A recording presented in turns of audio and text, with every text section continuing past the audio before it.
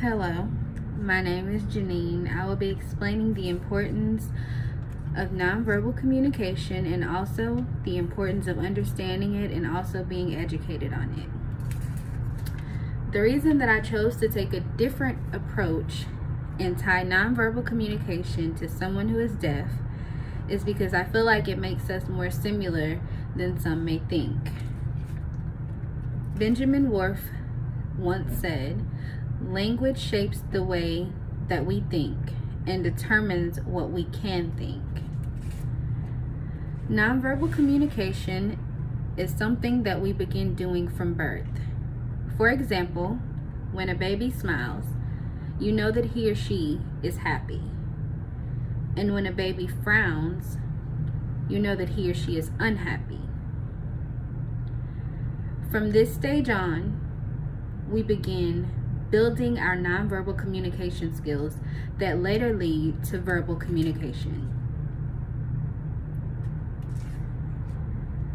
This is a topic that I closely relate to. As I have mentioned several times before, I have a 10-year-old daughter who is deaf. She has an 80% hearing loss. I believe that this is something that everyone should be required to at least take an entry-level course on because of how many people can only use nonverbal communication. Nonverbal communication is without the use of spoken language. Take a moment and think about how you'd feel if you could only use gestures, facial expressions, body language, or signs in order to communicate.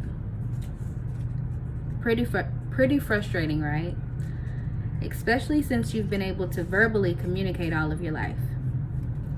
Being able to say something as simple as "I'm angry" when upset is taken for granted because there are some people who do not have the luxury of being able to express themselves verbally. Looking back into chapter 2, slide 2, it states, "Imagine for a moment you have no language with which to communicate." It's hard to imagine, isn't it?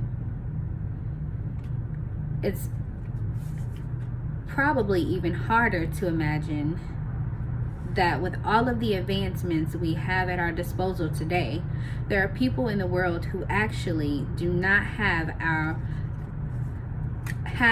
or cannot use language to communicate. That paragraph spoke volumes to me the moment that I read it, because after being introduced to that community, the deaf community, I have met some people who truly do not have that opportunity. I think that it is important for all of us who are able to educate ourselves. I think that we should do this so that we can communicate effectively, and also so that we can better understand those who cannot communicate verbally. Going back to what I stated earlier, nonverbal communication is a wide range of things. If we pay close attention to someone's body language and their facial expressions, which we already apply to our day-to-day life, we can effectively utilize nonverbal communication. This, along with sign language, is exactly how the deaf community communicates. Nonverbal communication is the first step to communication. In conclusion, nonverbal communication is the foundation for communication.